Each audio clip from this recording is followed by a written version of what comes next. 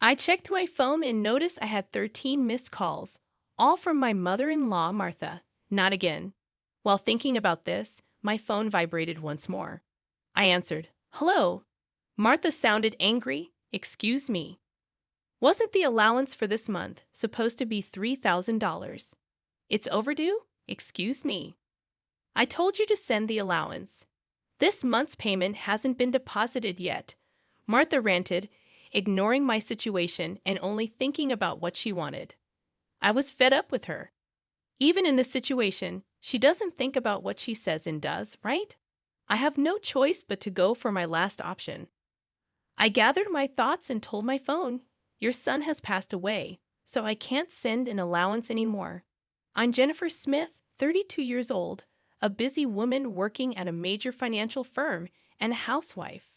I got married about 2 years ago to my beloved husband, Mark, whom I met through our shared hobbies. His kind nature and warm smile drew me in, and we quickly developed feelings for each other.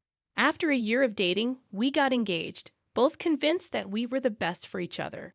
We lived together without major quarrels and decided to marry. Everything was smooth until a problem arose. Martha, my mother-in-law.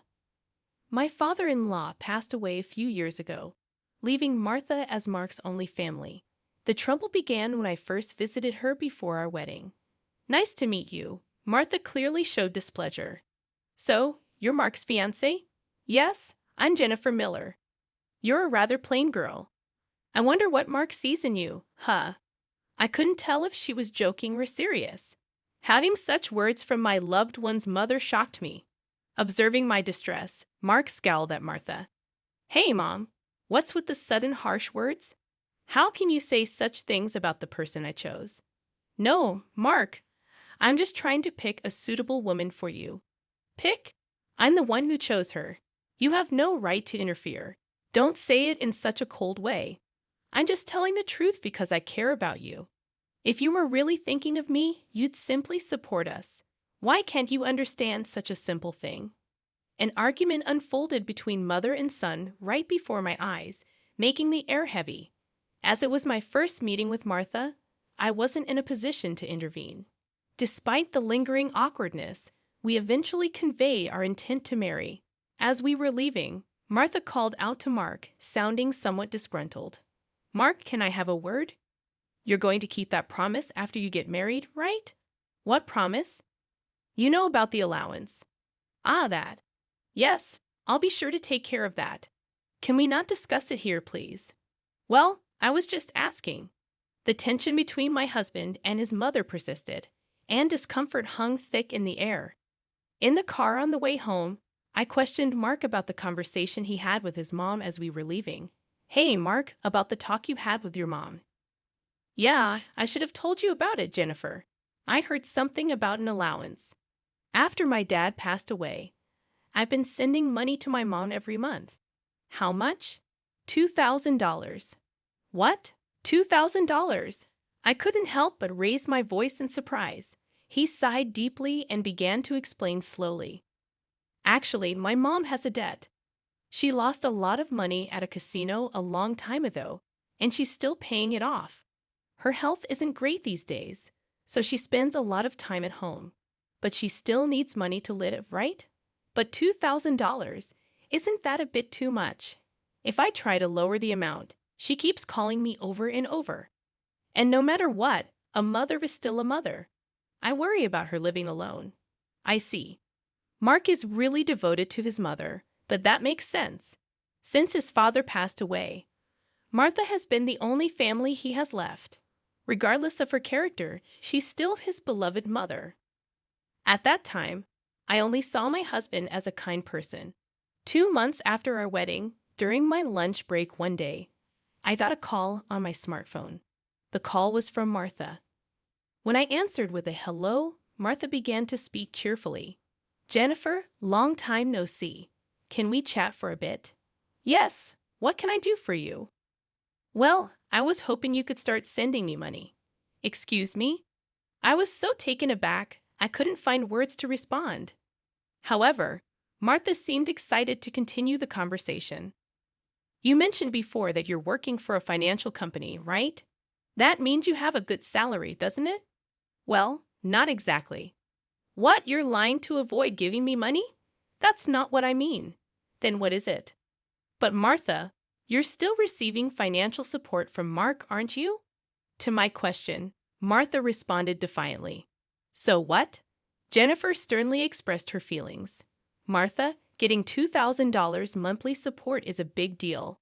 And yet you're asking for more. Really? You think so? If you were to send me an additional $1,000, I could avoid burdening Mark. What do you mean by that? Well, I have Mark as a guarantor for my debts. If I fail to make payments, the debt collectors will go after him. Do you understand? But aren't you using part of Mark's $2,000 to pay back the debt? I'm short. I haven't told Mark, but I have a significant amount of debt. Martha's tone made it clear that this was a fact. Even her husband was unaware of it. With future plans of having children, our expenses were set to increase. On top of that, taking over Martha's debt wasn't an easy task. But if Martha's payments fell behind and the debt landed on Mark, the interest would likely accumulate significantly by then. If I refused to send money, it would eventually become a problem for my husband. It seemed better for Martha to clear her debt now. Reluctantly, I agreed to Martha's proposal.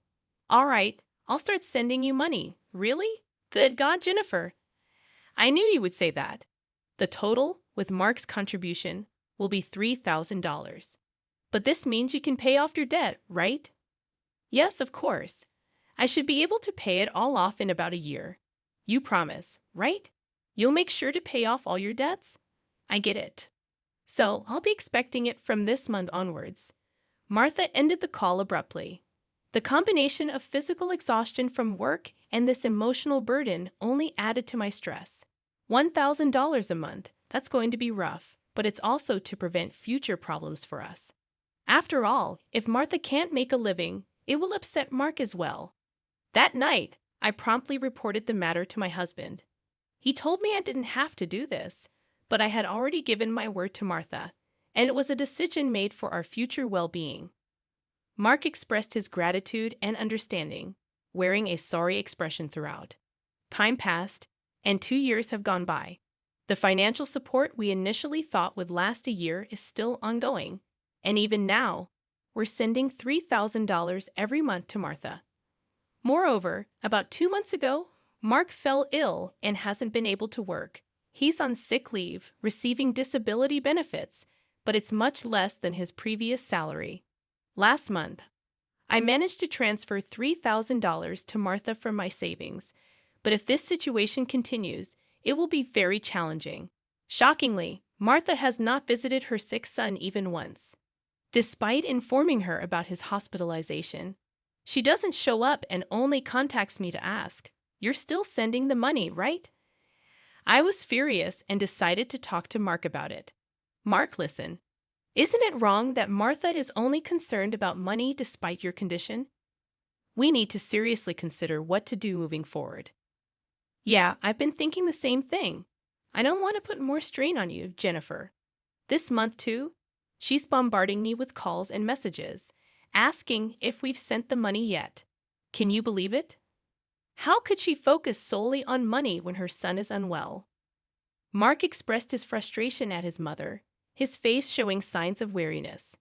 Then, with a sudden idea, Mark exclaimed, "I've got it," and flashed a sly grin. "What is it, Mark?" I inquired. "Well, this is our last option.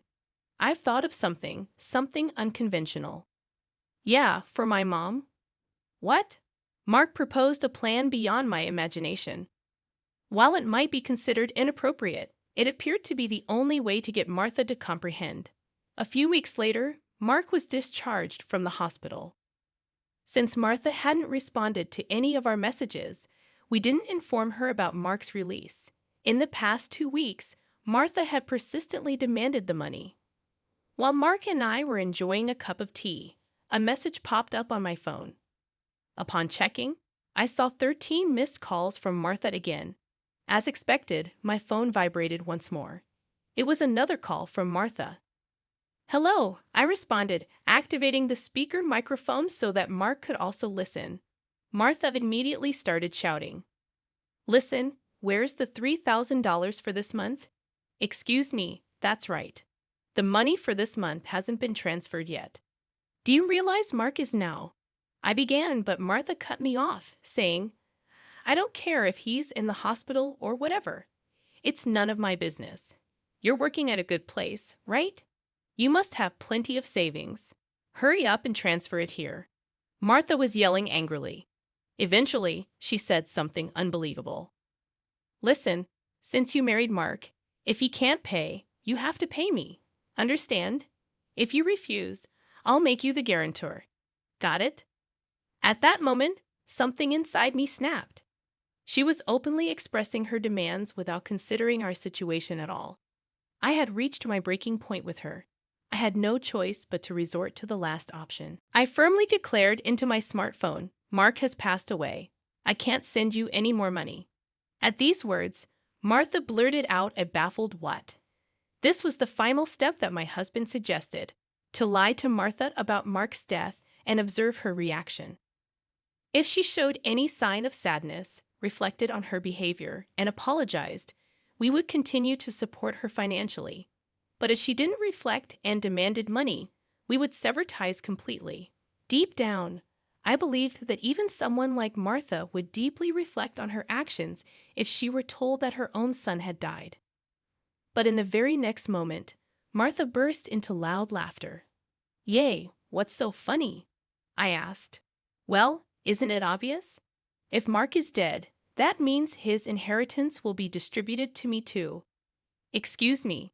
I've been looking into it since I heard that Mark was sick.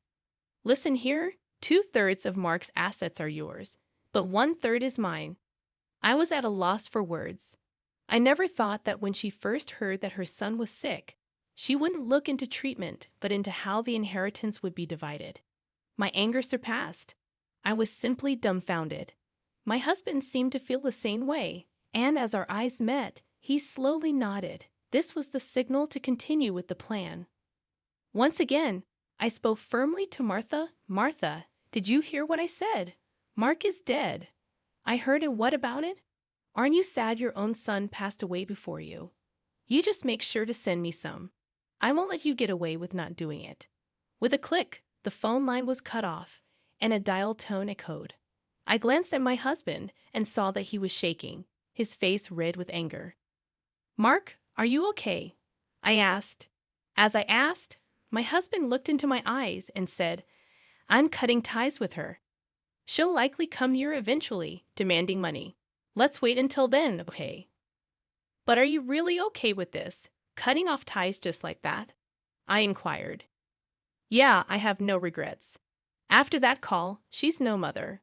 My husband's eyes were filled with hatred, and I felt the same way. A person who only thinks about money over her own son's life is not family to me. A few days later, as we expected, Martha came to our house. For the time being, I decided to hide my husband in the next room and deal with Martha myself. Then Martha approached me with a face like a demon. Hey, give me Mark's inheritance right now, she demanded. Again with that. Anything else to say? He's already dead, isn't he? It's pointless to say anything now. Yet you never even visited him. What are you saying? Are you really his mother? You're so annoying. Give me the inheritance right away. I don't mind getting a lawyer. Speaking more would be a waste of time. Just as I thought that, my husband emerged from the next room. Seeing him, Martha let out a startled gasp, as if she had seen a ghost. Mark, why weren't you dead? Long time no see, Mom. Sorry, but the news about my death was a lie. Lie? How could you be so disrespectful? I wanted to confirm your true nature, Mom. I was curious about how you'd handle the allowance if your son died. But you turned out to be a gold digger, just as I suspected. I got that perfectly. What? How dare you call your mother a gold digger? Silence. I'm cutting ties with a toxic parent like you. Martha's mouth was agape at my husband's angry shouts. She could not come to terms with the fact that her own son was severing ties with her. What? What does this mean, Mark? It means exactly what I said. I can't consider someone like you as my mother. No way.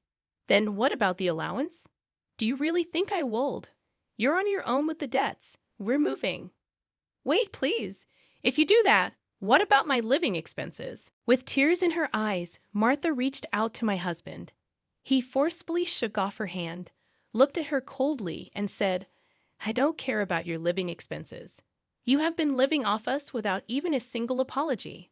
I really understand your despicable nature now. Don't you dare show up in front of us again. No, wait, Mark. Are you going to abandon your mother? Ignoring her words, my husband seized Martha's arm and guided her to the front door. He tossed her shoes and bag outside and escorted Martha out of the house. Martha created a commotion outside for a while but eventually disappeared, possibly unable to withstand the scrutiny of the neighbors. Despite her multiple attempts to contact us, we ignored all of them. Martha's number was set to be automatically rejected, and we completed our move. Regarding the issue of co-signing for the debts, it became invalid since Martha had made Mark the co-signer without his consent, absolving him of responsibility. Without the allowance from us, Martha seems to be leading a challenging life. It's only natural, given that she had been using the allowance for gambling instead of settling her debts. She still faces a substantial debt burden and is pursued by debt collectors daily. Unable to indulge in gambling anymore, she appears to be working tirelessly from dawn to dusk. It's unlikely that she will be able to fully clear her debts in the foreseeable future. She will have to keep working until she is physically unable to do so. This is entirely a consequence of her own actions. As for us, we are enjoying fulfilling days in our new home. My husband's health has stabilized, and he has returned to work. After some time, we discovered a new life growing in my belly. We are expecting an additional member in our family next year. Moving forward, we aim to cherish happy moments as a family of 3.